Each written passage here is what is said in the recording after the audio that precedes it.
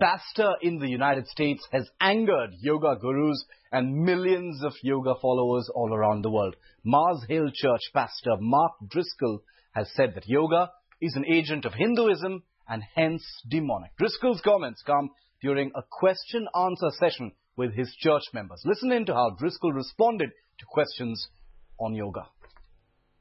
Yoga is demonic. Now, is stretching and exercise demonic? No. Okay. So if you're lazy, you should still stretch and exercise. Right. But here's yoga. Yoga is Hinduism.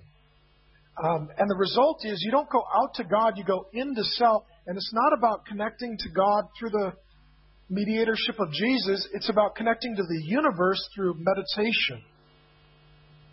It's absolute paganism. Yoga and meditation and Easternism is all opening to demonism. Okay, let's get a word in from our spiritual guru, Indian spiritual guru, Sri Ravi Shankar, who's been kind enough to give us some of his time and be on the phone line with us here on Headlines today. Thank you very much, sir, for joining us. Just wanted to know what you thought about this comment. I hope you've heard what this United States pastor Mark Driscoll, he said that yoga is basically demonic and it doesn't connect with God the way Christians do as far as Jesus is concerned. Yoga is basically an agent of Hinduism and it's demonic. Your reactions?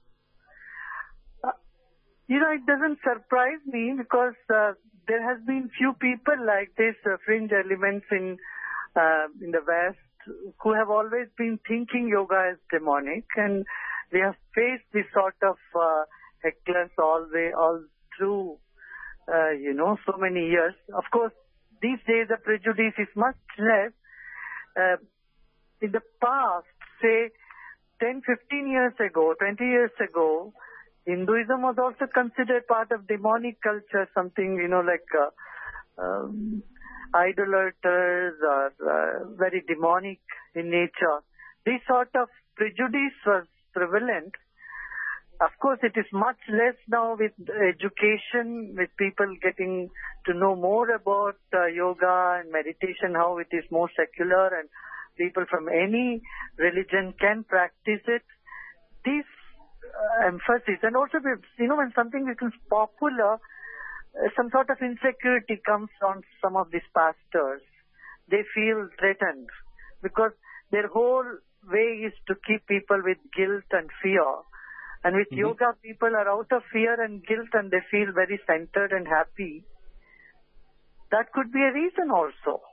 But sir, we're seeing a lot of these fringe elements in the recent past. You're absolutely right. These are fringe elements. But in the last couple of years, we've seen so many of them. Is there a larger trend, a larger problem we're seeing here as far as religion overall or Christianity in general in the United States then?